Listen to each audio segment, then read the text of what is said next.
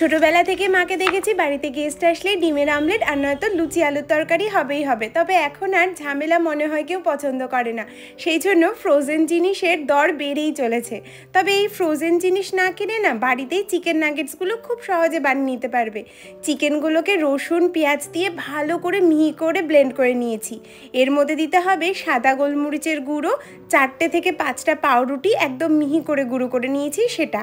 এইবার পরিমাণ মতো লবণ দিয়ে ভালো করে ওটাকে মেখে নিতে হবে। সামান্য তেল ব্রাশ করে একটা কাঠের পাটাতনের মধ্যে চিকেনগুলোকে শেপ দিয়ে নেব। চৌকো চৌকো করতে পারো বা তোমাদের পছন্দ মতো যেমন খুশি শেপ দিতে পারো। আর ওইদিকে বাইন্ডিংয়ের জন্য পাউরুটিটা কিন্তু দিতেই হবে।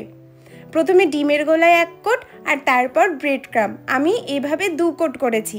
ব্রেড ক্রাম্বটা বাড়িতেই বানিয়েছি আর একদম দোকানের মতো রং আসার জন্য একটু কমলা ফুড কালার দিয়েছি। এবার তেলের মধ্যে ভেজে নেওয়ার পর মুচমুচে চিকেন নাগেটস বাড়িতেই তৈরি।